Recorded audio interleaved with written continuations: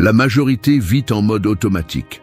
On se lève en hâte, on s'endort épuisé et on répète chaque jour avec l'espoir absurde que quelque chose change par magie.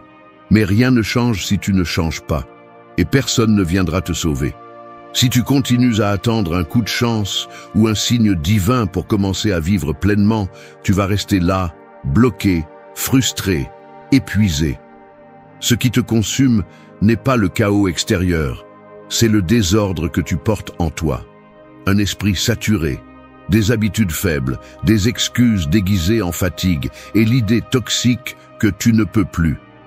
Reprogrammer l'esprit n'est pas un luxe spirituel, ni une phrase à la mode. C'est une urgence. C'est une nécessité fondamentale si tu veux vraiment arrêter de survivre et commencer à prendre le contrôle de ta vie. Parce que ce que tu fais sans t'en rendre compte te détruit sans que tu le remarques. Et ce que tu fais avec intention te reconstruit de l'intérieur. Ce n'est pas une vidéo pour que tu te sentes à l'aise, c'est pour que tu te secoues. Pour que tu comprennes que si tu n'entraînes pas ton esprit, le monde va le manipuler pour toi.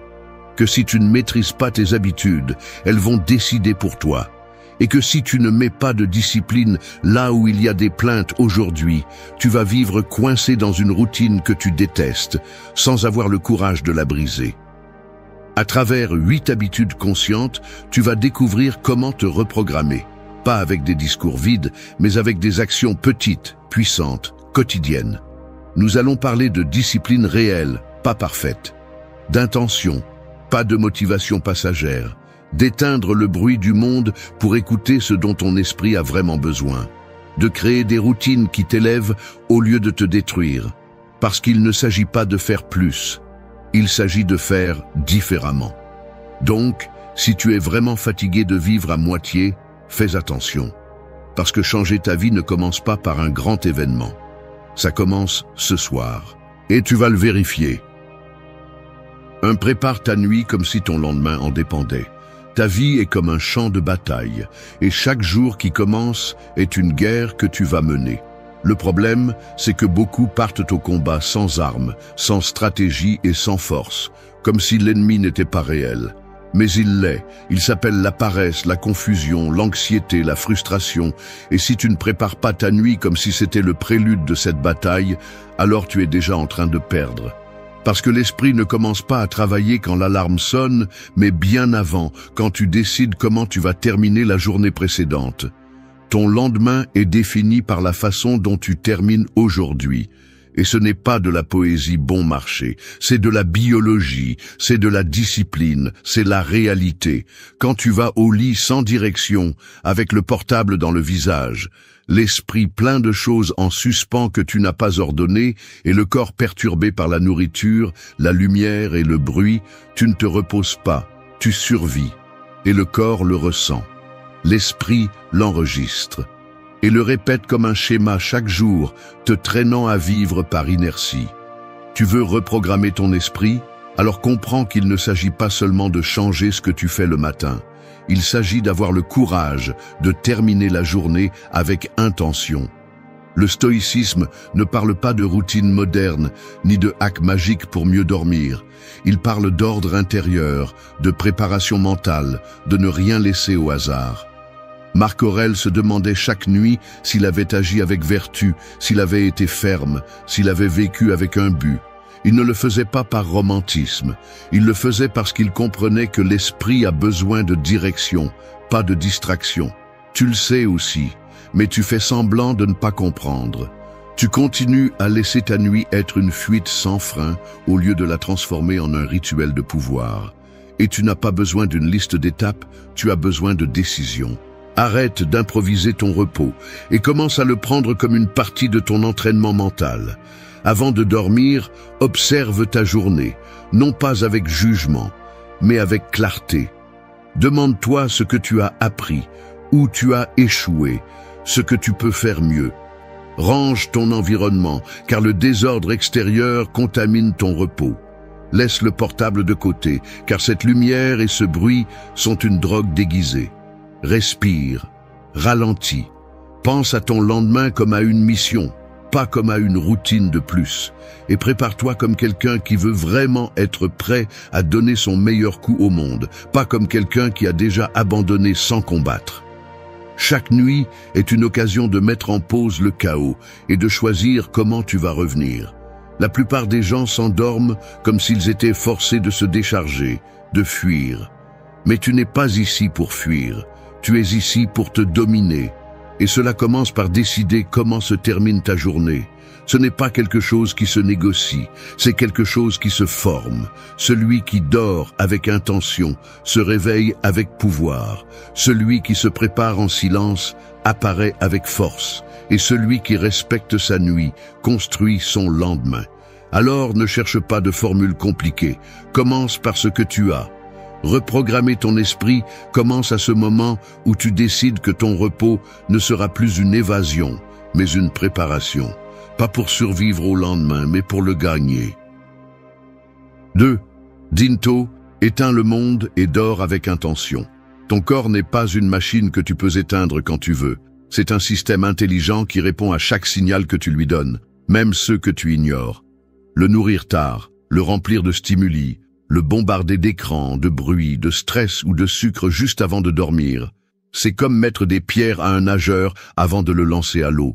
Tu espères qu'il rende, qu'il fonctionne, qu'il ait de l'énergie, mais tu ne le prends pas soin, tu le sabotes. Et le pire, c'est que tu le fais chaque nuit avec les mêmes habitudes que tu répètes sans réfléchir.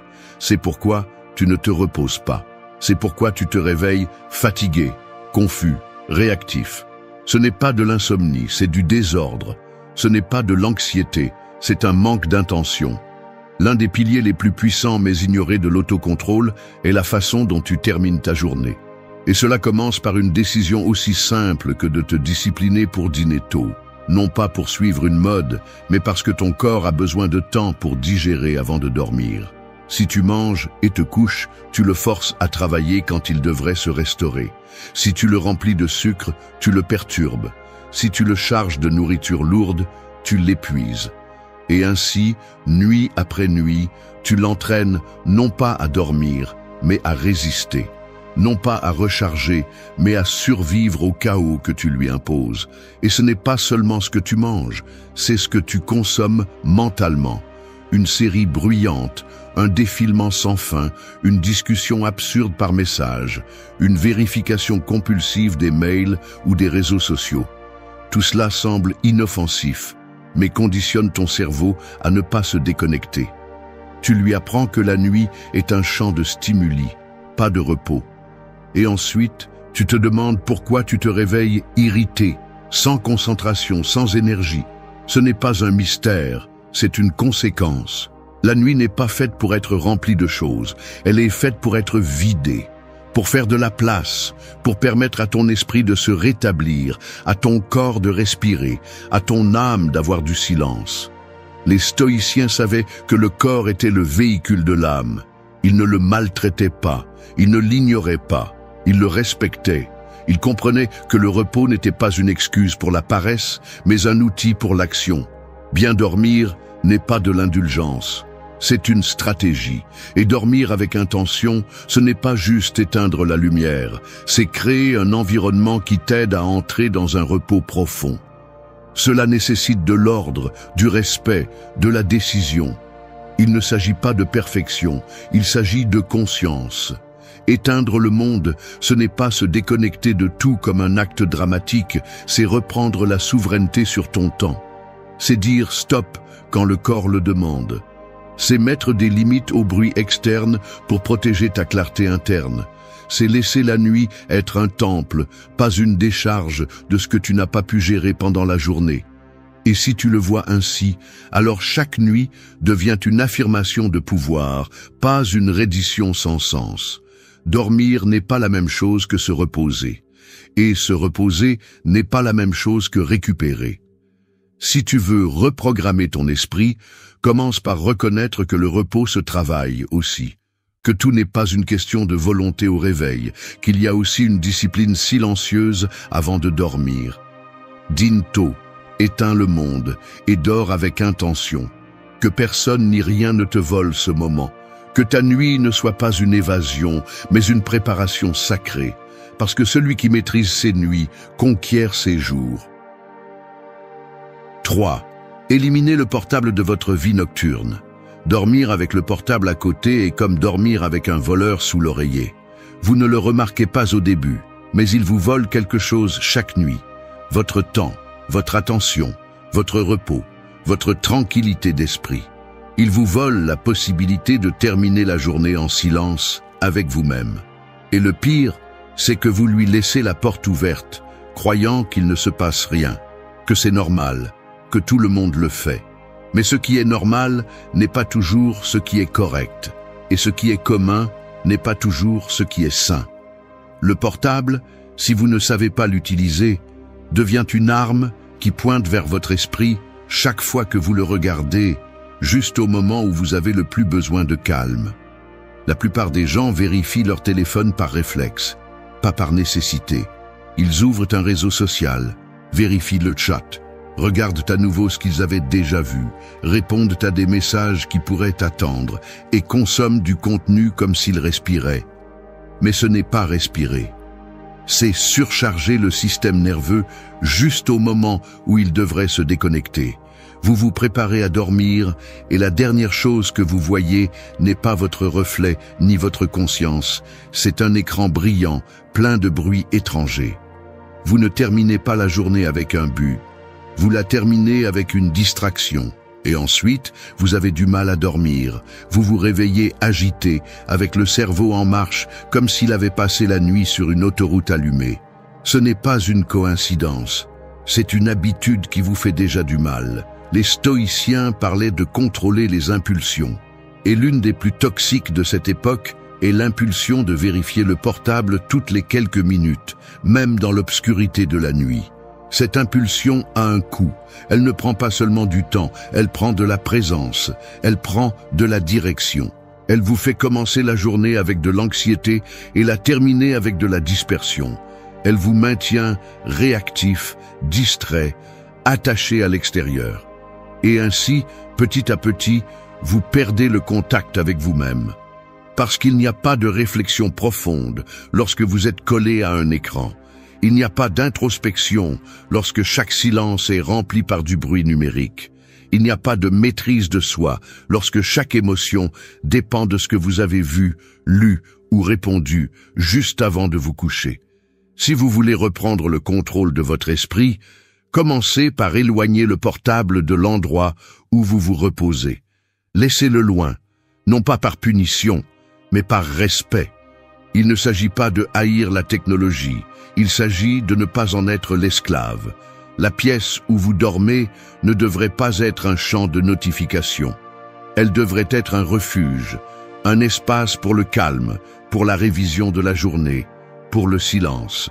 Et ce silence est impossible si la première chose que vous faites en entrant est de vérifier qui vous a écrit ou ce qui s'est passé dans le monde virtuel pendant que vous essayez de vivre votre journée. Reprogrammer l'esprit nécessite de couper ce qui l'entrave, et l'utilisation nocturne du portable est l'un des sabotages les plus silencieux et normalisés qui existent. Si vous avez la force de travailler, vous avez aussi la force de mettre des limites à votre utilisation. Fixez une heure limite, fermez le cycle numérique et remplacez ce temps par quelque chose qui nourrit vraiment. Une pensée, une lecture brève, une respiration profonde, une conversation avec vous-même. Ce simple geste marque la différence entre un esprit qui s'éteint en paix et un esprit qui se noie juste avant de se rendre au sommeil. Faites-le une nuit, puis une autre, et encore une autre. N'attendez pas de vous sentir prêt. Commencez simplement, parce que le contrôle ne se ressent pas, il se forme. Et si vous ne contrôlez pas ce que vous consommez avant de dormir, alors vous avez déjà perdu la moitié de la bataille du lendemain. 4. Range ton espace, calme ton esprit. Un esprit saturé ne se calme pas dans un environnement chaotique. Le désordre externe est le miroir d'un désordre interne qui s'est normalisé, qui est devenu une partie du paysage. Mais ce n'est pas le cas. Chaque chose hors de place, chaque vêtement jeté, chaque papier accumulé, chaque coin négligé te parle. Il te dit que tu repousses quelque chose, que tu laisses des choses sans conclusion, que tu ne choisis pas consciemment comment tu vis.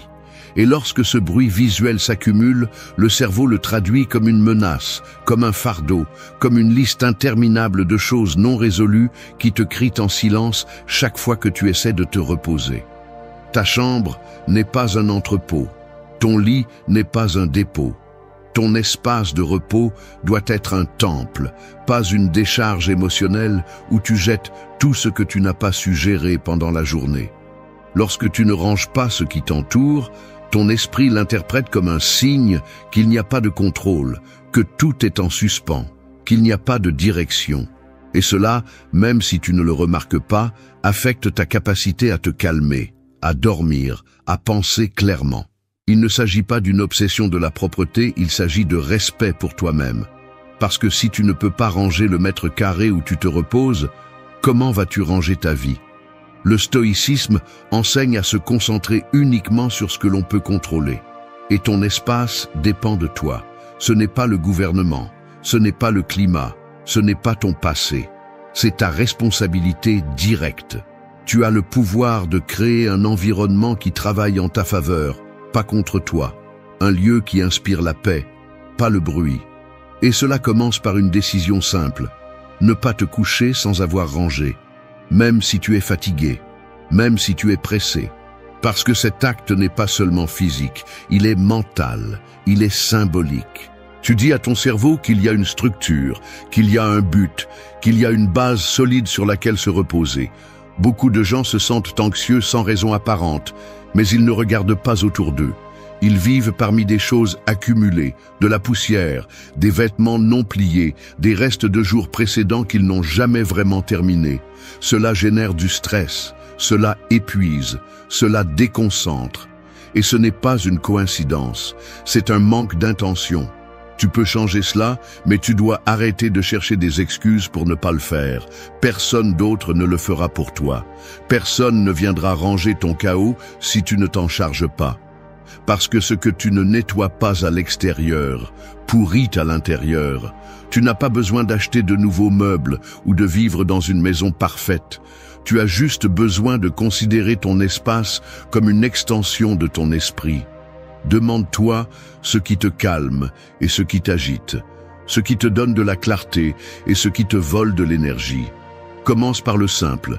Plie les vêtements, nettoie la table, enlève ce que tu n'utilises pas, ouvre la fenêtre, allume une lumière douce. Que ta nuit ne commence pas dans une chambre chaotique, mais dans un endroit qui t'accueille avec calme. Ton esprit le remarquera, ton corps le ressentira, ton repos te remerciera. L'ordre n'est pas un objectif esthétique, c'est un outil de pouvoir, c'est la discipline en mouvement, c'est une façon silencieuse de te dire que tu te prends au sérieux, que ce que tu construis n'est pas juste un jour de plus, c'est une vie avec une direction. Parce que celui qui maîtrise son espace commence à maîtriser ses émotions, et celui qui calme l'environnement trouve la clarté pour prendre de meilleures décisions. Fais de l'ordre une habitude quotidienne, pas une obligation occasionnelle. Parce que lorsque tu calmes ton monde extérieur, tu crées les conditions pour que ton monde intérieur respire en paix. 5. Écris ta grandeur avant de fermer les yeux. La plupart des gens terminent la journée comme s'il s'agissait d'un brouillon qu'on peut jeter à la poubelle. Ils éteignent la lumière, se jettent au lit et laissent la fatigue décider pour eux. C'est ainsi que se construisent des vies sans direction. C'est ainsi que se répètent des jours sans sens. Mais tu n'es pas ici pour vivre en automatique. Tu es ici pour prendre le contrôle, pour écrire ton histoire avec intention. Et cela ne commence pas quand tu te réveilles. Cela commence juste avant de dormir, quand tu décides avec quelle pensée tu vas terminer la journée et quel sera le message que ton esprit enregistrera pendant les heures de repos. Écrire avant de dormir n'est pas un luxe pour les personnes inspirées, c'est un outil de transformation mentale. Le papier ne juge pas, l'encre ne ment pas. Ce que tu écris a du pouvoir, parce que cela le rend concret, visible, réel. L'esprit cesse de tourner en rond lorsque tu donnes forme à ce que tu ressens, à ce que tu veux, à ce que tu as vécu. Et quand tu utilises ce moment pour te rappeler qui tu es, sur quoi tu travailles et où tu vas, alors tu t'endors avec une direction claire, pas avec la tête pleine de bruit non filtré. Les stoïciens pratiquaient cette habitude. Épictète réfléchissait à ses actions. Marc Aurèle écrivait ses pensées chaque nuit. Il ne le faisait pas pour l'esthétique ni pour le romantisme. Il le faisait parce qu'il savait qu'un esprit indiscipliné a besoin de guide et que les pensées écrites deviennent des actes concrets. Écrire, c'est entraîner le caractère. C'est mettre de l'ordre là où il y avait du chaos. C'est réaffirmer tes valeurs lorsque le monde essaie de te distraire. Et le faire juste avant de dormir est une façon de sceller la journée avec force, avec clarté, avec un but. Tu n'as pas besoin de rédiger des pages entières, ni d'écrire avec des mots parfaits. Tu as juste besoin d'être honnête. Écris ce que tu as accompli, même si c'est minime, reconnais-le. Écris ce que tu as appris, même si c'était à travers une erreur. Écris-le aussi. Écris ce que tu veux améliorer demain, ce que tu ne vas pas répéter, ce que tu vas affronter avec plus de courage. Ne laisse pas la nuit effacer ce que tu as vécu. Fais que la nuit l'intègre. Parce que lorsque tu fais de ce moment une habitude, ton esprit s'entraîne à voir clairement, à agir avec intention et à grandir avec conscience. Beaucoup disent qu'ils n'ont pas le temps, qu'ils sont trop fatigués, qu'ils le feront plus tard. Mais ces excuses sont exactement ce qui te maintient bloqué. Tu n'as pas besoin d'une demi-heure. Tu as juste besoin de 5 minutes et d'un peu de caractère. Assieds-toi, respire, écris, pas pour les autres, pour toi, pour ton focus, pour ta discipline, pour que ton esprit comprenne que tu es aux commandes, pas les distractions, pas la fatigue, pas le chaos. Fais-le chaque nuit, avec ou sans envie, qu'il fasse partie de la clôture, comme un rituel de pouvoir silencieux. Et tu verras comment ta façon de te réveiller change. Tu ne te lèveras pas sans direction, mais avec un souvenir écrit de ce que tu es et où tu vas. Parce que la grandeur ne se construit pas en actes grandioses, mais en petits engagements quotidiens envers soi-même. Et écrire, bien que cela semble simple, est l'un des plus puissants. Il ne s'agit pas de remplir un cahier, il s'agit de vider ton esprit, de voir tes progrès, de déclarer ton intention, de terminer la journée avec fermeté, pas avec le chaos. Parce que celui qui écrit sa grandeur chaque nuit prépare sa victoire avant l'aube. 6. Remercie même si la journée a été douloureuse. Tous les jours ne se déroulent pas comme tu l'avais prévu. Certains te frapperont dans le corps, d'autres dans l'esprit, et beaucoup te laisseront avec une sensation de fatigue qui ne disparaît pas même en dormant. C'est une partie du jeu, et peu importe combien de fois tu te prépares, il y a des moments qui te secouent quand même. Mais ce qui différencie celui qui avance de celui qui abandonne n'est pas l'absence de douleur. C'est l'attitude avec laquelle il affronte cette douleur. C'est pourquoi, chaque soir, quoi qu'il arrive, il faut remercier. Non pas comme un acte vide, mais comme une déclaration de résistance. Parce que lorsque tu remercies, même au milieu du chaos, tu dis que tu ne vas pas être victime du jour. Tu dis que tu choisis le sens, pas les circonstances. Remercier n'est pas ignorer ce qui t'a blessé. C'est le mettre à sa place. C'est reconnaître que la douleur n'est pas la seule chose qui s'est passée, qu'en plus de la blessure, il y avait de la force, qu'en plus de l'erreur, il y avait de l'apprentissage, que même si aujourd'hui tout n'a pas bien marché, tu es toujours là, avec la possibilité de faire mieux demain. Et c'est déjà un privilège, parce qu'il y a ceux qui ne sont pas arrivés à ce soir, il y a ceux qui sont restés coincés dans la plainte, dans la colère, dans l'impuissance. Mais tu peux choisir de voir différemment, non pas par naïveté, par force mentale. Le stoïcisme ne parle pas de gratitude comme d'une émotion superficielle. Il parle d'acceptation active, de comprendre que la vie est imprévisible, dure, parfois injuste, et malgré tout avoir le courage de dire « merci pour cette opportunité de l'affronter ». Les stoïciens ne remerciaient pas seulement le bon.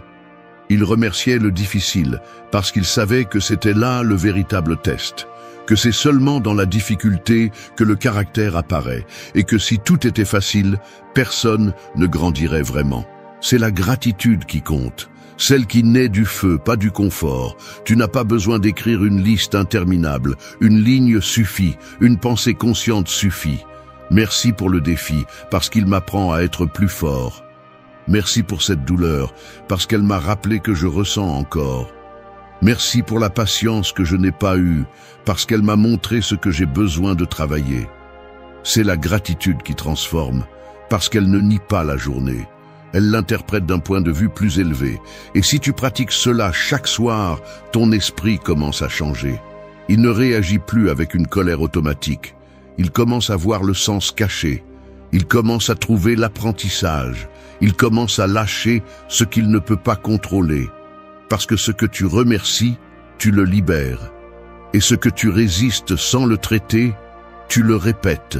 Remercier, c'est couper avec l'énergie du ressentiment. C'est terminer la journée depuis le pouvoir, pas depuis la plainte. Il y aura des jours qui feront mal, et cela ne les rend pas inutiles. Ce qui les rend inutiles, c'est de ne rien apprendre d'eux. C'est de permettre que la fatigue efface ce qui a été vécu. C'est de laisser la douleur te rendre aveugle. Ne tombe pas là. Tu as plus de contrôle que tu ne le penses. Pas sur ce qui se passe, mais sur comment tu l'interprètes et ce que tu en fais. Et quand, même après une mauvaise journée, tu peux dire merci, alors tu entraînes ton esprit à résister, à voir clairement et à agir depuis le centre, pas depuis le chaos. Fais-le ce soir, même si c'est difficile, même si tu es fatigué, même si tu sens qu'il n'y a rien de bon à sauver. Trouve quelque chose, remercie, et tu verras qu'au fur et à mesure, ton esprit cesse de se concentrer sur ce qui manque et commence à construire à partir de ce que tu as. 7. Ne te réveille pas sans savoir qui tu vas être aujourd'hui. Se réveiller sans but est comme sortir nu dans la rue en pleine tempête. Tu es exposé, sans défense, à la merci du premier coup qui vient du monde. Et c'est exactement ce qui arrive à celui qui ouvre les yeux et n'a pas clair quel type de personne il veut être aujourd'hui. Il commence la journée en réagissant, pas en choisissant. Il se lève avec le corps, mais laisse l'esprit derrière. Il court, se distrait, se perd dans les obligations, et quand la nuit arrive, il ne peut même pas expliquer où le temps est passé, parce qu'il n'a jamais décidé dès le départ comment il voulait agir, ressentir, penser. Il a juste laissé tout décider pour lui. L'esprit a besoin de direction, et cette direction n'apparaît pas seule, elle se définit. On la choisit chaque matin. Quand tu ne le fais pas, n'importe quelle émotion t'emporte. N'importe quel commentaire te dérange, n'importe quelle excuse te bat, mais quand tu te lèves et décides fermement qui tu vas être, tu marques un territoire mental que personne ne peut envahir sans ta permission. Peu importe si la journée apporte pression, bruit, chaos, si tu as déjà décidé que tu vas être quelqu'un de discipliné, serein, fort, alors tout ce qui vient ne peut que te tester, pas te battre. Les stoïciens savaient que le caractère se construit tôt. Marc Aurèle, avant de commencer la journée, se rappelait déjà qu'il croiserait des personnes égoïstes, ennuyeuses, injustes. Il ne le faisait pas pour se victimiser, mais pour se préparer. Parce qu'un esprit qui anticipe ne se brise pas si facilement. Et tu peux faire la même chose. Tu n'as pas besoin que le monde change. Tu as besoin de définir ta façon de marcher à l'intérieur de lui. Demande-toi avant de te lever, qui vas-tu être aujourd'hui? Une victime de la fatigue, de la routine, du découragement? Ou quelqu'un qui, malgré tout, agit avec pouvoir? N'attends pas que le jour te dise comment te comporter. Prends une minute, même depuis le lit, pour le déclarer toi-même. Aujourd'hui, je vais être patient, même si tout me tente de perdre le contrôle. Aujourd'hui, je vais être discipliné, même si je n'en ai pas envie. Aujourd'hui, je vais être fidèle à ce que je me suis promis, même si personne ne m'applaudit. Cette affirmation quotidienne n'est pas un jeu mental, c'est un outil pour reprogrammer ton identité. Parce que ce que tu répètes avec intention devient conviction, et ce que tu maintiens comme conviction finit par être ton comportement. Beaucoup de gens se lèvent juste pour accomplir, pour ne pas être en retard, pour cocher des tâches. Mais ils ne se lèvent pas pour construire une meilleure version d'eux-mêmes. C'est pourquoi ils répètent les mêmes erreurs, tombent dans les mêmes schémas, traînent les mêmes peurs. Ils ne sont pas présents. Ils sont endormis même s'ils ont les yeux ouverts. Et si tu ne veux pas vivre ainsi, alors tu as besoin de briser ce cycle avec un acte simple mais puissant. Te réveiller en sachant qui tu décides d'être. Ce n'est pas de la magie, c'est de la pratique. C'est réaffirmer chaque jour ce sur quoi tu travailles. Ton calme, ton focus, ta force, ta clarté, ils ne se construisent pas par accident. Ils se construisent avec une intention répétée. Et cette intention commence au moment exact où tu ouvres les yeux. C'est là que tu dois prendre le contrôle, pas quand tu es déjà en retard, pas quand tu es déjà frustré, dès le premier instant. Parce que si tu ne définis pas qui tu vas être, quelqu'un d'autre le fera pour toi. Le trafic, le patron, le partenaire, la peur, la paresse. Tous vont essayer d'occuper cet espace vide que tu n'as pas revendiqué. Se réveiller n'est pas seulement un acte biologique, c'est une déclaration mentale. C'est décider que tu ne vas pas laisser le gouvernail à l'abandon. Que ce jour, aussi difficile soit-il, te trouvera préparé. Pas parfait, mais avec un but. Et cela te donne déjà un avantage. 8. Termine la journée avec discipline, pas avec des excuses. La nuit n'est pas une récompense pour avoir survécu à la journée. Ce n'est pas le moment de vous déconnecter de vous-même, ni de justifier les désordres sous prétexte que vous êtes trop fatigué. Cette mentalité médiocre est précisément ce que vous devez éradiquer si vous voulez reprogrammer votre esprit. Car ce que vous faites à la fin de la journée définit dans quelle direction vous entraînez votre volonté. Si vous terminez la journée en laissant tout tomber, en laissant la fatigue parler pour vous, en laissant la paresse décider et les excuses vous consoler, alors vous ne vous reposez pas, vous vous rendez. Et le pire, c'est que vous le faites sans vous en rendre compte, comme si cela n'avait pas de conséquences. Mais ça en a. Chaque excuse répétée la nuit devient une justification automatique le lendemain. Ce n'est pas grave si je ne range pas aujourd'hui. Ce n'est pas grave si je reste 1 heure de plus sur mon téléphone. Ce n'est pas grave si je dîne n'importe quoi.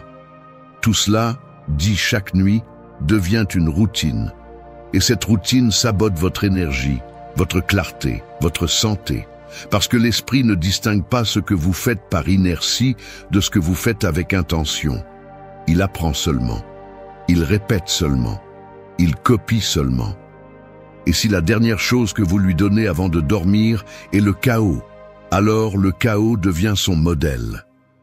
Les stoïciens parlaient de terminer la journée par une révision et un autocontrôle. Non pas comme une punition, mais comme une pratique de conscience. Une personne disciplinée n'est pas celle qui a une vie parfaite, c'est celle qui, même dans sa fatigue, choisit de maintenir le cap. Et ce cap se maintient dans les détails. Dans ce que vous faites quand personne ne vous voit, dans ce que vous choisissez quand personne ne vous oblige. Que choisissez-vous dans vos dernières heures de la journée? Fermez-vous avec structure ou glissez-vous vers l'apathie déguisée en repos? Vous n'avez pas besoin d'une routine rigide. Vous avez besoin d'un minimum de respect de soi. Cela peut être aussi simple que de tout ranger avant de dormir, d'éteindre les écrans à temps, de respirer profondément et de réfléchir si vous êtes en accord avec la personne que vous voulez être. Non pas pour vous juger, pour vous diriger. Parce que si vous ne corrigez pas le cap la nuit, le lendemain vous vous réveillez plus perdu. Et ainsi, en chaîne, vous lâchez votre maîtrise personnelle sans vous en rendre compte. Les excuses semblent logiques quand vous êtes fatigué, mais cela ne les rend pas vraies. Aujourd'hui a été dur, je mérite de me lâcher. Non, justement parce que c'était dur, vous devez terminer avec structure, parce que cela enseigne à votre esprit que vous n'êtes pas un esclave de la fatigue. Vous êtes quelqu'un qui s'entraîne même dans les moments les plus vulnérables. Et cette discipline ne se crie pas. Elle se démontre dans la façon dont vous terminez chaque journée. Dans la façon dont vous décidez que votre journée ne s'éteint pas par accident, mais par décision. Et cela, bien que cela puisse sembler petit, vous façonne. Reprogrammer l'esprit ne consiste pas seulement à répéter des phrases positives ou à passer une bonne matinée. C'est soutenir une fermeture ferme, lucide, volontaire. C'est se dire, c'est assez pour aujourd'hui, mais je ne me déconnecte pas en laissant tout tomber. Parce que ce que vous faites à la fin de la journée détermine avec quelle mentalité vous allez vous réveiller. Et si vous voulez construire une force mentale, vous devez dire au revoir à la journée avec discipline, pas avec abandon. Faites de cette fermeture un acte de pouvoir. Ne vous endormez pas parmi les excuses. Endormez-vous en sachant que vous avez choisi avec intention jusqu'à la dernière minute. Parce que cela, répétez jour après jour, construit un esprit qui ne se plie pas, qui sait s'arrêter, qui sait fermer, qui sait se respecter. Merci d'être resté jusqu'à la fin de la vidéo. Si vous avez tout vu, commentez « Je suis stoïcien » comme notre signe secret, indiquant que vous êtes un véritable apprenant du stoïcisme. N'oubliez pas de vous abonner et de liker la vidéo si elle vous a plu. Rendez-vous dans la prochaine vidéo et rappelez-vous, continuez. Parfois, ce qui te détruit le plus ne vient pas d'un ennemi, mais de quelqu'un qui prétend t'aimer. Et non, ça n'arrive pas avec des insultes, des cris ou des coups. Ça arrive avec des éloges empoisonnés, avec des promesses brisées déguisées en tendresse, avec des silences qui punissent plus que 1000 mots. Tu t'habitues au poison parce qu'il est servi dans une coupe que tu as toi-même remplie d'excuses, et ainsi, lentement, tu te perds. Cette vidéo n'est pas une conférence d'auto-assistance. Ce n'est pas une étreinte tiède qui te dit « tout ira bien » pendant que tu restes coincé dans le même enfer émotionnel. C'est un coup de fouet, un appel direct, sans anesthésie, pour que tu ouvres les yeux et comprennes une vérité que personne n'aime admettre. Souvent, ceux qui nous font le plus de mal sont ceux que nous justifions le plus. Ça te semble familier? Bien sûr que oui. Tu justifies le mépris parce qu'il passe un mauvais moment. Tu normalises la manipulation parce qu'il a eu une enfance difficile. Tu supportes des affronts, des jalousies, des cris ou de l'indifférence parce que personne n'est parfait. Et pendant ce temps, tu te détruis pour soutenir quelqu'un qui a décidé de te lâcher émotionnellement il y a longtemps. Mais il y a une philosophie qui ne s'agenouille pas devant le drame des autres, le stoïcisme. Les stoïciens ne cherchaient pas à plaire à tout le monde. Ils ne se laissaient pas entraîner par le chaos émotionnel de ceux qui ne savaient pas se contrôler. Ils parlaient de vertu, de maîtrise de soi, d'avoir la force de poser des limites sans peur, sans culpabilité et sans besoin de donner des explications. Alors écoute attentivement, non pas parce que tu es brisé, mais parce que tu es sur le point de te reconstruire avec une force qui ne se négocie pas. Nous allons parler de 8 leçons qui non seulement vont t'ouvrir les yeux, mais vont te redonner le pouvoir que tu as cédé par peur d'être seul. Parce qu'être seul ne fait pas mal. Ce qui fait mal, c'est d'être entouré de gens qui éteignent ton âme un peu plus chaque jour. 1. Arrête de justifier ce qui te fait mal simplement parce que ça vient de quelqu'un que tu aimes. Le poison le plus dangereux n'est pas bu, il est normalisé. Goutte à goutte, on te le sert dans de petits gestes, une moquerie déguisée en humour, un oubli qui se répète trop souvent, un commentaire qui te fait te sentir inférieur, mais qui se termine par un « c'était une blague ». Et toi, avec le cœur à la main, tu choisis de l'avaler. Non pas parce que tu ne sais pas que quelque chose ne va pas, mais parce que tu préfères penser que tu exagères plutôt que d'accepter que celui qui te fait du mal est quelqu'un que tu aimes. Alors, tu justifies, tu défends l'indéfendable, tu trouves des excuses là où il devrait y avoir des limites, tu confonds l'affection avec l'habitude de survivre émotionnellement dans une zone de guerre silencieuse. Personne ne t'apprend à identifier ce type de violence. Il n'y a pas de cris, pas de coups. Il y a des détails, des regards, des moments. Elle te brise lentement, élégamment, avec un rythme si constant qu'à un moment donné, tu ne sais plus si ce que tu ressens est de la douleur ou simplement ta nouvelle normalité. Et c'est précisément là que tu perds, parce que le plus difficile n'est pas de s'éloigner de quelqu'un qui te maltraite ouvertement.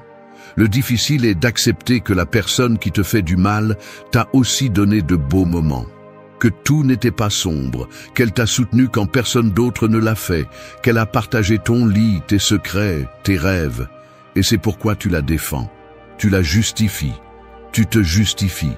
Mais justifier le mal ne le rend pas moins réel. Si quelqu'un entre chez toi et commence à casser tes affaires, resterais-tu à regarder simplement parce que cette personne t'a déjà offert des fleurs? Te convaincrais-tu qu'elle a le droit de détruire ton espace simplement parce qu'elle l'a aussi rempli d'affection? Cela semble absurde, mais c'est ce que tu fais lorsque tu minimises le mal émotionnel à cause de l'histoire que tu as partagée. Parce que tu as peur de le perdre, de te retrouver seul, de devoir tout recommencer à zéro. Mais laisse-moi te dire quelque chose de clair. Personne qui t'aime vraiment n'a besoin que tu te brises pour pouvoir rester. Personne qui en vaut la peine ne construit sur tes ruines. Les stoïciens parlaient de la nécessité de la clarté intérieure, de ne pas permettre que le jugement soit obscurci par des émotions désordonnées ou des attachements destructeurs. Ils disaient que ta paix ne devrait pas dépendre de ce qu'une autre personne choisit de faire avec toi. Et toi, chaque fois que tu justifies un acte blessant, tu abandonnes ton centre, tu renonces à toi-même, tu te rends complice de ta propre décadence. Ce n'est pas de la compassion, c'est de l'auto-abandon. Ce n'est pas de la patience, c'est de la peur. Ce n'est pas de l'amour, c'est de la dépendance. Accepte ceci. Quelqu'un qui t'aime ne te confond pas, ne te pousse pas à bout, ne joue pas avec ta stabilité émotionnelle. Quelqu'un qui t'aime ne te met pas dans la position de devoir choisir entre ta dignité et sa présence. Et si tu continues à justifier ce qui te blesse clairement, tu n'es pas fidèle à l'amour. Tu es fidèle à la peur de lâcher prise. Et cela, tôt ou tard, te coûtera cher. Parce que tu ne peux pas construire une vie libre sur la base de doux mensonges. Et encore moins tu peux te guérir si tu insistes pour protéger ce qui te rend malade. Arrête de justifier, non pas par rancune mais par respect, non pas par fierté mais par conscience. Parce que chaque fois que tu donnes une raison au mal, tu te prives d'une opportunité de guérir. Et si quelqu'un que tu aimes ne peut pas te donner le minimum, respect, soin, présence, alors tu dois te donner le maximum, liberté. Même si ça fait mal. Même si tout tremble à l'intérieur, parce que l'amour ne devrait jamais te coûter ta propre paix. 2. Pose des limites fermes sans t'excuser de le faire. Un terrain sans clôture finit par être piétiné par n'importe qui. La terre peut être fertile, précieuse, belle, mais si tu ne définis pas clairement où elle commence et où elle finit, elle sera traversée, polluée et même appropriée comme si elle n'avait pas de propriétaire. Il en va de même pour toi lorsque tu ne poses pas de limites. Peu importe ta valeur intérieure si tu ne la fais pas respecter à l'extérieur. Sans limite, tu deviens un terrain de passage pour des personnes qui ne viennent que pour utiliser, prendre et exiger, sans intention de prendre soin de quoi que ce soit. Beaucoup ne comprennent pas que poser des limites ne signifie pas crier, s'éloigner de tout le monde ou ériger des murs. C'est simplement dire « cela ne me convient pas, je n'accepte pas cela, je ne veux pas cela dans ma vie » et le dire sans hésiter, sans traîner une explication éternelle, sans s'excuser comme si prendre soin de ta paix était un crime. Parce que lorsque tu commences à justifier chaque limite que tu poses, tu perds ton autorité sur toi-même. Tu donnes le pouvoir à l'autre personne de décider si ce que tu ressens est valide ou non. Et à ce moment-là, tu ne poses plus une limite. Tu implores qu'elle soit comprise. Tu n'as pas besoin d'être cruel pour être clair, mais tu as besoin d'être ferme. Parce que ceux qui ont l'habitude de te traverser sans conséquence vont résister lorsque tu commenceras à bloquer leur confort. Ils te traiteront d'égoïste, d'exagéré, de distant. Et c'est là que tu dois rester plus ferme que jamais. Parce que cette réaction n'est pas le signe que tu fais quelque chose de mal, c'est la preuve que tu fais enfin quelque chose de différent. Les stoïciens parlaient de l'autocontrôle comme d'un pilier de la sagesse. Avoir le contrôle de soi implique également de savoir où ta responsabilité s'arrête et où celle des autres commence. Tu n'as pas à être toujours disponible, tu n'as pas à tout supporter pour éviter le conflit. Parce que vivre pour plaire, c'est vivre amputé. Tu te coupes en morceaux pour t'adapter aux autres, et chaque fois que tu cèdes par peur de déranger, tu te vides. Poser une limite n'est pas une attaque, c'est une défense légitime. C'est une façon d'enseigner au monde comment te traiter.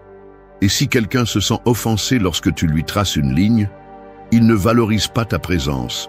Il ne faisait que profiter des privilèges, de ton absence de barrière.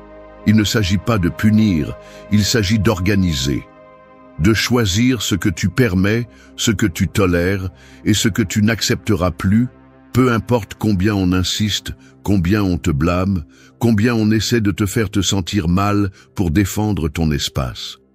La culpabilité est une arme utilisée par ceux qui ne veulent pas admettre que tu n'es plus prêt à permettre la même chose qu'avant.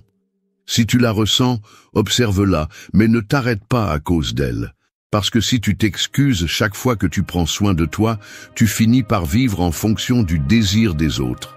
Et tu n'es pas venu dans cette vie pour t'adapter aux caprices émotionnels de personne. Tu es venu pour être complet, pas pour être confortable pour les autres. Celui qui t'apprécie vraiment n'a pas besoin que tu justifies tes limites. Il les respecte. Et celui qui ne t'aime que si tu t'adaptes à sa mesure ne t'aime pas, il t'utilise. Alors trace la ligne, défends-la avec dignité. Et si quelqu'un décide de partir parce qu'il ne peut pas la traverser, qu'il parte. Parce que celui qui te force à choisir entre ta paix et sa proximité n'a jamais vraiment voulu rester près de toi. 3. Ne nourris pas le drame des autres avec tes émotions. Le feu ne naît pas toujours de lui-même. Parfois, il reste vivant parce que quelqu'un le souffle, parce que quelqu'un l'arrose d'essence émotionnelle chaque fois que quelqu'un d'autre allume une étincelle. Et si tu ne fais pas attention, ce quelqu'un, c'est toi. Tu deviens complice de feu que tu n'as pas allumé, simplement parce que tu ne sais pas t'éloigner à temps. Parce qu'il t'entraîne, te provoque, te met la pression. Et tu tombes, tu réagis, tu te justifies, tu discutes, tu finis pris dans un tourbillon qui ne t'appartient pas, mais auquel tu as donné du pouvoir avec ta réponse. Il y a des gens qui ne cherchent pas des solutions, ils cherchent des spectateurs. Ils ne veulent pas résoudre leur chaos, ils veulent le partager. Ils ont besoin d'attention, de drame, de conflit. Ils vivent en se nourrissant des réactions des autres parce qu'ils ne supportent pas le silence de leur propre vide. Et si tu n'as pas un contrôle ferme de toi-même, tu finis par leur donner exactement ce qu'ils veulent. Ton énergie, ta tranquillité, ton équilibre. Tout ce qui te dérange ne mérite pas une réponse. Tout ce qu'on te dit ne doit pas être pris comme une offense personnelle. Parfois, l'art de maintenir la paix n'est pas d'avoir le dernier mot, mais d'avoir la force de ne rien dire. Les stoïciens le savaient bien, le vrai pouvoir n'est pas de vaincre l'autre, mais de ne pas permettre à l'autre de te vaincre émotionnellement. Il ne s'agit pas d'être indifférent, il s'agit d'avoir de la clarté sur ce qui mérite ton attention et ce qui cherche seulement à te vider. Quand quelqu'un explose devant toi, sa réaction en dit plus sur son monde intérieur que sur le tien. Mais si tu exploses aussi, si tu t'accroches, si tu tournes en rond sur chaque mot, alors tu n'as plus seulement à porter tes émotions, mais aussi celles des autres. Et personne n'a l'obligation d'être la poubelle émotionnelle de personne. Peu importe si c'est ta famille, ton partenaire, un ami ou un collègue de travail, protéger ta tranquillité est ta responsabilité. Et pour le faire, tu as besoin d'apprendre à identifier quand une situation est légitime ou quand tu es simplement entraîné sur un terrain qui ne te concerne pas. Beaucoup de conflits ne se résolvent pas par le dialogue, mais par la distance. Parce qu'il y a des gens qui ne sont pas intéressés à comprendre, seulement à s'imposer. Et si tu décides d'entrer dans cette dynamique, tu perdras beaucoup plus qu'une discussion. Tu perdras ton équilibre, ton temps, ta paix. Et en général, après tout l'épuisement, rien ne change. Il recommence. Il te provoque à nouveau. Tu retombes. C'est pourquoi il faut apprendre à sortir du cercle, à couper l'énergie qui maintient le jeu en vie, à reconnaître que ne pas répondre est aussi une réponse, et souvent la plus puissante. Le stoïcisme enseigne que tu n'es pas responsable de ce que les autres font, disent ou ressentent, seulement de la façon dont tu choisis de réagir. Ce choix est ta liberté. Chaque fois que tu décides de ne pas participer au drame des autres, tu entraînes ton esprit à devenir plus fort, plus serein, plus concentré, parce qu'il n'y a pas de croissance dans le chaos des autres, seulement dans ta propre clarté.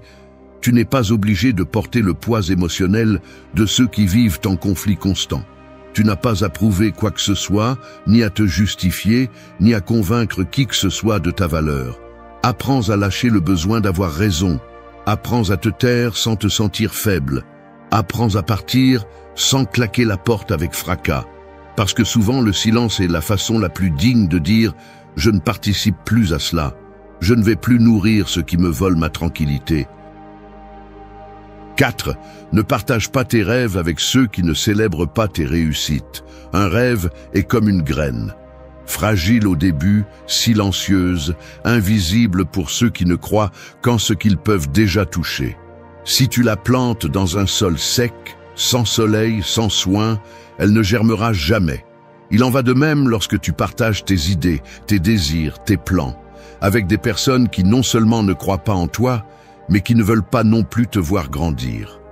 Des personnes qui t'écoutent, mais ne te soutiennent pas, qui sourient en apparence, mais qui sont mal à l'aise à l'intérieur lorsque quelque chose commence à bien se passer pour toi. Tout le monde ne mérite pas d'entendre ce qui naît en toi, parce que tout le monde ne sait pas prendre soin, parce qu'il y a ceux qui, en te voyant te relever, sentent que leur médiocrité est exposée. Et ils ne le disent pas, ils ne le montrent pas ouvertement, mais ça se voit. Dans leurs réponses vides, dans leur enthousiasme fin, dans les silences gênants lorsque tu réussis quelque chose qu'ils n'ont jamais osé essayer. Et si tu n'es pas vigilant, tu peux finir par chercher l'approbation, là où il n'y a que de l'envie déguisée en intérêt. Tu n'as pas besoin de crier ce que tu construis pour que cela ait de la valeur. Tu n'as pas besoin de valider tes pas à travers les yeux des autres, parce que les rêves se protègent en travaillant en silence et en choisissant bien avec qui les partager. Tout cercle n'est pas un soutien. Parfois tu es entouré, mais tu te sens quand même seul. Et cette solitude ne vient pas de l'isolement.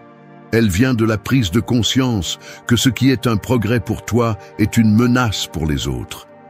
Les stoïciens enseignaient qu'on doit être maître de son monde intérieur, sans dépendre de ce que les autres pensent, disent ou applaudissent.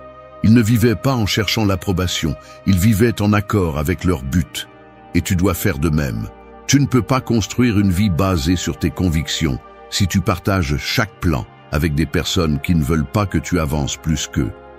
Parce qu'ils vont le saboter, avec des doutes déguisés en conseils, avec des phrases qui sonnent prudentes, mais qui tuent la foi. Es-tu sûr? C'est très difficile. Je connais quelqu'un qui a essayé et a échoué. Les tueurs de rêves n'utilisent pas d'armes. Ils utilisent des mots. Ils utilisent des regards. Ils utilisent une fausse préoccupation pour semer la peur en toi. Et si tu n'es pas mentalement fort, tu vas croire qu'ils le font pour ton bien. Tu vas rester immobile. Tu vas douter. Tu vas renoncer. Non pas parce que tu ne peux pas, mais parce que tu as partagé le plan avec quelqu'un qui avait déjà décidé que tu n'y arriverais pas. Il ne s'agit pas de se méfier de tout le monde, il s'agit d'être sélectif. Les rêves se partagent avec ceux qui les célèbrent sans se sentir moins, avec ceux qui te motivent à aller plus loin, pas avec ceux qui te poussent à rester où tu es. Observe les réactions, sens l'énergie. Apprends à reconnaître la différence entre un conseil et un avertissement déguisé en peur propre. Tout le monde qui rit avec toi ne veut pas te voir briller. Apprends à travailler en silence, à avancer sans expliquer, à célébrer sans attendre d'applaudissements, à protéger ce que tu construis jusqu'à ce qu'il ait des racines si profondes qu'aucun commentaire ne puisse l'arracher. Et quand tu dois choisir avec qui partager tes réussites, choisis ceux qui ne te demandent pas pourquoi tu l'as fait, mais comment tu y es arrivé. Ceux qui s'inspirent, pas ceux qui sont intimidés. Tu n'as pas besoin de témoins pour valider ton chemin. Tu as juste besoin d'être sûr que tu marches avec cohérence, que ce que tu fais naît de toi, pas du besoin d'être vu. Parce que la reconnaissance externe est éphémère, mais la satisfaction de savoir que tu n'as pas arrêté ton processus par peur du jugement des autres, ça reste. Et ça, personne ne peut te l'enlever. 5. Éloigne avec dignité ceux qui insistent pour franchir tes limites. Un cadenas ne suffit pas si la porte est toujours entrouverte.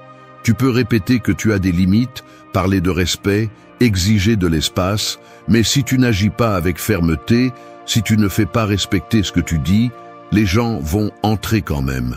Ils vont pousser, ils vont tester ta résistance, ils vont franchir cette ligne encore et encore, juste pour vérifier si tu es vraiment prêt à la maintenir.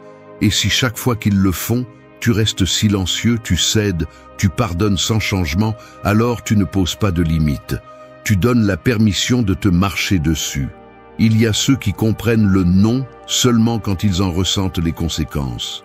Il ne suffit pas de demander qu'on te respecte, tu dois montrer ce qui se passe quand on ne le fait pas. Et cela ne signifie pas être cruel ou vengeur.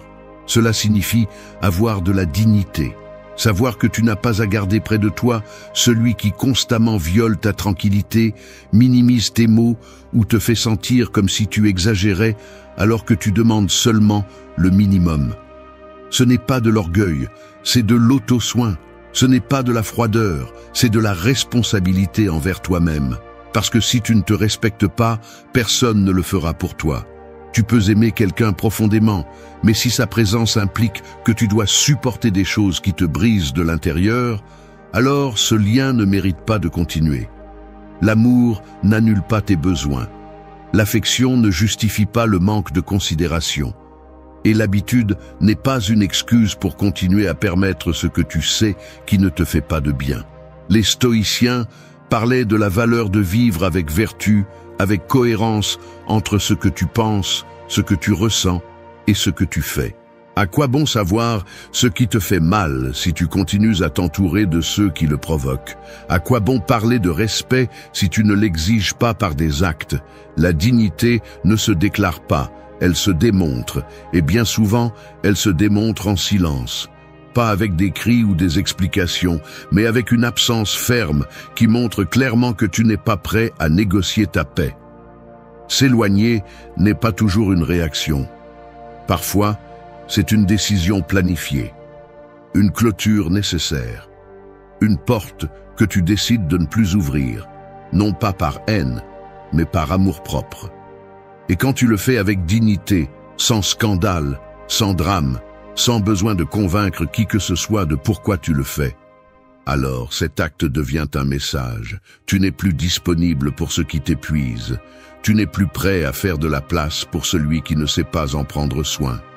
Il est probable qu'ils ne comprennent pas, qu'ils te traitent d'exagéré, qu'ils t'accusent d'être trop sensible ou qu'ils essaient de te faire te sentir mal pour avoir pris de la distance.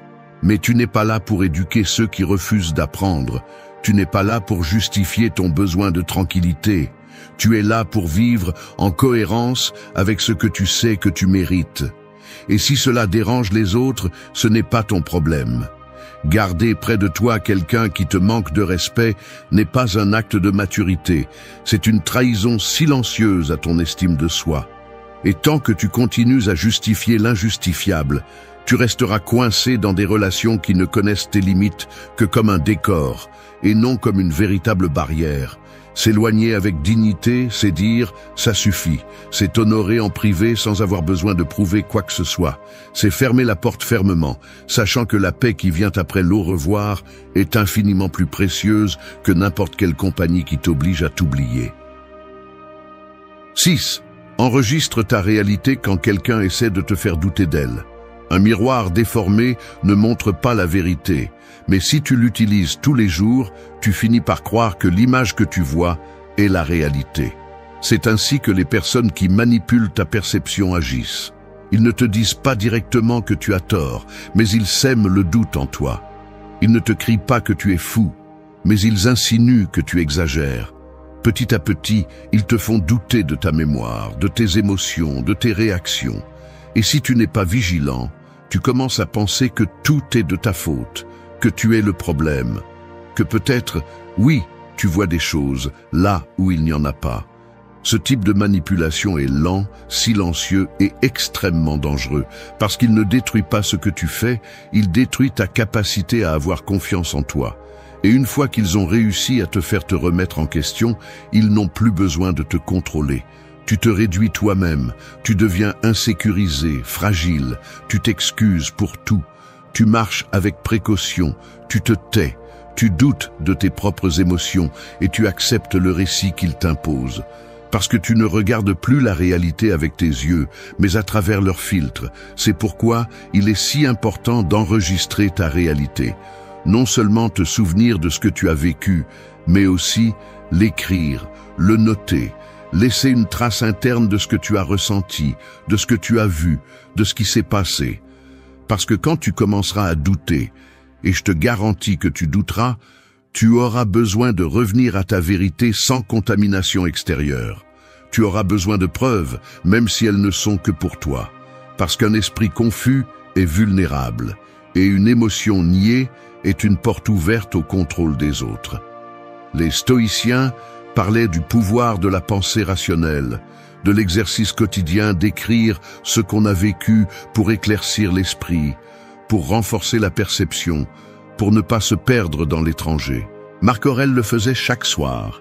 Il n'écrivait pas pour les autres, il écrivait pour ne pas oublier qui il était. Et tu as besoin de faire la même chose. Parce que dans un monde où les gens te vendent de la culpabilité déguisée en préoccupation et te retirent la sécurité avec des mots enveloppés de tendresse, ta seule véritable défense est la lucidité.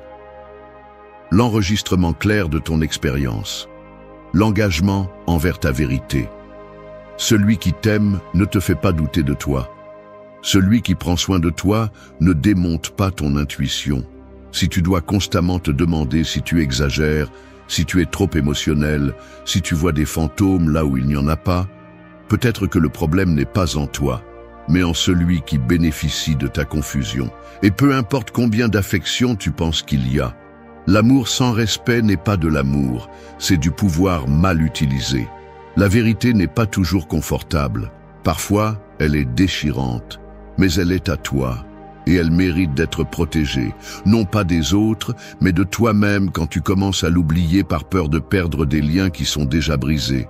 Parce qu'il n'y a pas de pire trahison que celle que tu commets contre ta propre perception, juste pour ne pas déranger celui qui te ment. Enregistre ta réalité, écris-la, souviens-toi d'elle, affirme-la. Et quand quelqu'un essaie de tordre ce que tu sais que tu as vécu, n'entre pas en discussion. Tu n'as pas besoin de convaincre qui que ce soit.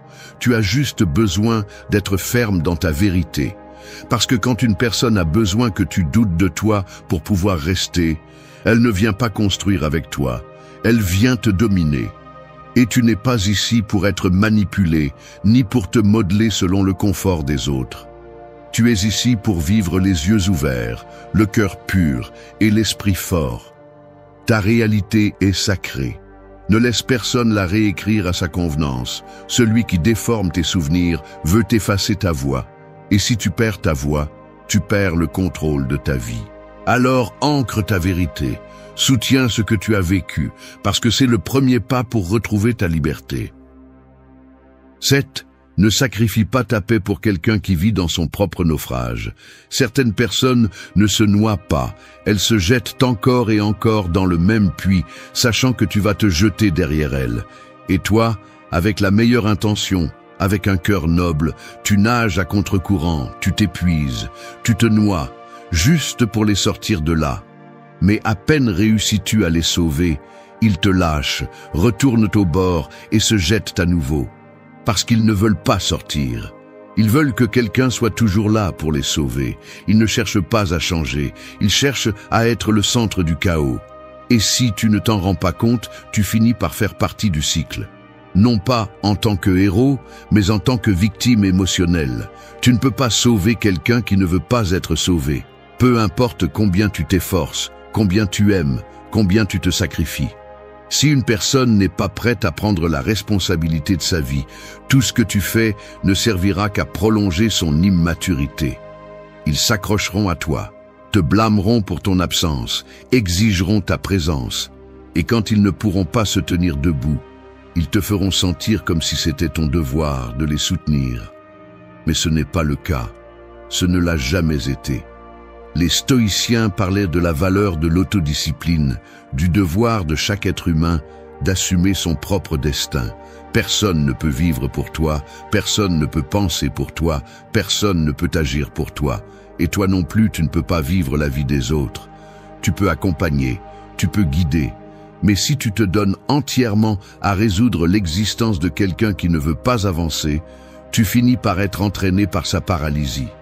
Tu finis par être coincé dans son drame, pris au piège, dans une narration où tu es toujours le sauveur, mais jamais assez. Tu dois apprendre à lâcher prise sans culpabilité, à regarder le chaos des autres et comprendre que ce n'est pas ta responsabilité de le nettoyer. Que aimer ne signifie pas porter, que accompagner ne signifie pas te sacrifier pour que l'autre reste debout. Si tu dois te noyer pour que l'autre flotte, ce n'est pas de l'aide, c'est de l'autodestruction. Et quand tu le fais une fois, l'autre s'y attend toujours. Cela devient une dépendance, cela devient une exigence, et ta valeur finit par être réduite au rôle de bouée de sauvetage disponible 24 heures sur 24. Tu n'es pas une solution ambulante. Tu n'es pas le sauveteur émotionnel de personne. Tu n'es pas responsable des décisions répétées de quelqu'un qui sait comment sortir, mais ne veut pas le faire parce que c'est plus confortable de t'avoir comme béquille. L'aide véritable ne soutient pas indéfiniment, elle pousse l'autre à apprendre à marcher.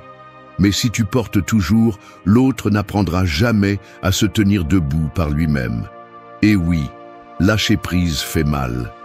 Voir quelqu'un se noyer et ne pas intervenir brise de l'intérieur. Mais tu ne peux pas vivre en résolvant des crises étrangères au détriment de ta stabilité. Tu ne peux pas continuer à entrer dans des incendies émotionnels pour éteindre des feux qui se rallument parce que la personne qui les provoque ne veut pas apprendre. Parfois, l'acte le plus aimant est de laisser quelqu'un toucher le fond sans interférence, parce que c'est seulement de là qu'on décide de vraiment changer. Choisis d'accompagner celui qui marche aussi. Choisis de donner ton énergie à celui qui la transforme, pas à celui qui la consomme. Tu n'es pas obligé de rester là où il n'y a pas d'effort. Tu n'es pas lié à la souffrance des autres comme si c'était ta croix. Tu as aussi le droit d'être bien, de vivre en paix, de t'entourer de personnes qui prennent la responsabilité de leur vie sans attendre que tu la portes entière. Lâcher prise n'est pas échouer. Lâcher prise, c'est te respecter. C'est reconnaître que tu ne peux pas guérir celui qui vit en nourrissant sa blessure. Et si cela te fait paraître dur ou froid, que ce soit ainsi. Je préfère qu'on dise que tu t'es éloigné plutôt qu'un jour tu te réveilles sans force pour te sauver toi-même. 8. Choisis des personnes qui apportent la paix, pas l'intensité déguisée en connexion. Certaines personnes sont comme des feux d'artifice. Elles brillent fort, explosent d'émotions, te laissent sans souffle, mais seulement pour quelques secondes. Et quand elles disparaissent, tout ce qui reste est de la fumée, de la confusion et un silence gênant. C'est ainsi que sont les liens intenses qui ne sont pas construits sur le respect ou la stabilité, mais sur les impulsions, le drame et la dépendance émotionnelle. Ils fascinent au début, t'enveloppent dans une fausse sensation de profondeur, mais ils ne durent pas, ils ne soutiennent pas, ils ne construisent pas. Et si tu n'y prends pas garde, tu passes ta vie à poursuivre des explosions qui ne laissent rien de réel derrière. Nous vivons dans une culture qui glorifie l'intensité. On nous a appris que l'amour doit faire mal, que la profondeur se ressent comme une bataille, que s'il n'y a pas de dispute passionnée, de jalousie, de rupture et de réconciliation, alors ce n'est pas authentique. Mais ce n'est pas de l'amour, c'est une addiction émotionnelle. C'est un tour de montagne russe qui épuise ton âme et te fait perdre ton centre. C'est le type de connexion qui te fait penser que la normale est d'être perturbé, confus, épuisé. Et toi, qui es déjà habitué au bruit, tu commences à craindre le silence. Mais la paix n'est pas ennuyeuse. La paix est une forme d'amour mature. C'est la sensation d'être avec quelqu'un qui ne t'élève pas seulement pour te lâcher, qui n'a pas besoin de te pousser à bout pour se sentir proche, qui ne cherche pas à contrôler, à mesurer, à tester. C'est quelqu'un qui reste, qui écoute, qui te permet de respirer sans avoir à prouver quoi que ce soit. La paix ne crie pas, mais elle reste, et c'est ce que tu devrais chercher. pas une intensité passagère, mais une profondeur stable. Le problème est que si tu as grandi au milieu du chaos, si tes liens précédents ont été marqués par l'instabilité, le calme te semblera étrange. Tu te méfieras de celui qui ne joue pas avec tes émotions. Tu penseras qu'il te manque quelque chose, alors qu'en réalité ce qui te manque est d'apprendre à recevoir ce qui est sain sans le saboter. Parce que quand tu ne connais que des relations dysfonctionnelles, ce qui est sain te semble distant. Mais cela ne signifie pas que tu n'en as pas besoin. Cela signifie que tu dois apprendre à le reconnaître. Les stoïciens le savaient, la véritable vertu est dans l'équilibre. Et cet équilibre s'applique aussi aux liens. Il ne s'agit pas d'émotions débordantes, mais de cohérence. D'être avec quelqu'un qui ajoute sans exiger que tu te brises, qui t'accompagne sans te confondre, qui n'a pas besoin de te secouer pour se sentir présent. Parce qu'une relation ne devrait pas te pousser à bout. Elle devrait t'aider à construire un centre plus fort. Ne choisis pas celui qui te consume par moments. Choisis celui qui t'accompagne au quotidien sans t'épuiser. Celui qui te respecte même quand tu n'es pas à ton meilleur. Celui qui ne joue pas avec tes vides, mais qui t'encourage à les combler avec toi-même, pas avec son contrôle. Parce qu'une véritable connexion ne concerne pas l'intensité émotionnelle, mais une connexion profonde avec liberté. Pas d'euphorie constante, mais une stabilité émotionnelle partagée. Si une personne a besoin de te perturber pour se sentir proche, elle n'aime pas, elle manipule. Et si tu confonds cette perturbation avec l'amour, tu acceptes une vie pleine d'épuisement. Alors regarde bien. Si elle t'accélère, mais ne te calme pas. Si elle t'allume, mais ne prend pas soin de toi. Si elle te cherche, mais ne te soutient pas, alors tu n'es pas face à quelque chose de réel. Tu es face à un mirage émotionnel qui ne fait que t'épuiser. La véritable connexion se ressent comme un soupir de soulagement, pas comme un battement de cœur débordant. Et tu mérites cela. Une relation qui n'a pas besoin de briller fort pour valoir la peine. Une relation qui n'explose pas, mais qui reste. Merci d'être resté jusqu'à la fin de la vidéo. Si vous avez tout vu, commentez « Je suis stoïcien » comme notre signe secret, indiquant que vous êtes un véritable apprenant du stoïcisme. N'oubliez pas de vous abonner et de liker la vidéo si elle vous a plu. Rendez-vous dans la prochaine vidéo et rappelez-vous,